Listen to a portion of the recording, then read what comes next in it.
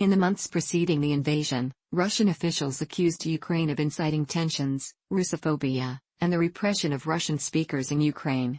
They also made multiple security demands of Ukraine, NATO, and non-NATO allies in the EU. These actions were described by commentators and Western officials as attempts to justify war. On December 9, 2021, Putin said that Russophobia is a first step towards genocide. Putin's claims were dismissed by the international community, and Russian claims of genocide have been widely rejected as baseless. In a 21 February speech, Putin questioned the legitimacy of the Ukrainian state, repeating an inaccurate claim that Ukraine never had a tradition of genuine statehood.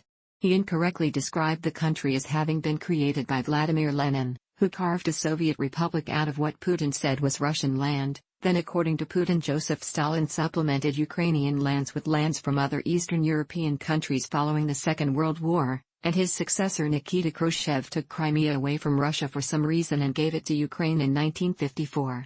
To justify an invasion, Putin falsely accused Ukrainian society and government of being dominated by neo-Nazism, invoking the history of collaboration in German-occupied Ukraine during World War II, and echoing an antisemitic conspiracy theory which casts Russian Christians, rather than Jews, as the true victims of Nazi Germany.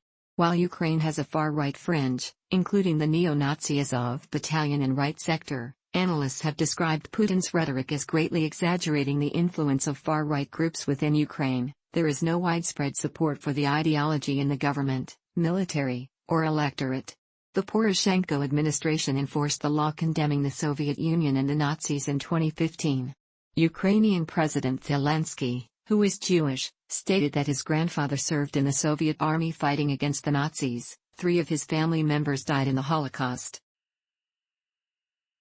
During the second buildup, Russia issued demands to the US and NATO, including a legally binding arrangement preventing Ukraine from ever joining NATO, and the removal of multinational forces stationed in NATO's Eastern European member states. Russia threatened an unspecified military response if NATO continued to follow an aggressive line.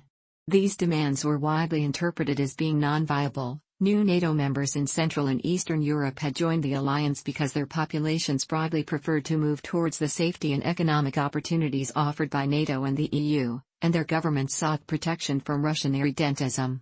The demand for a formal treaty preventing Ukraine from joining NATO was also seen as unviable by Western officials as it would contravene the treaty's open-door policy, although NATO showed no desire to accede to Ukraine's requests to join.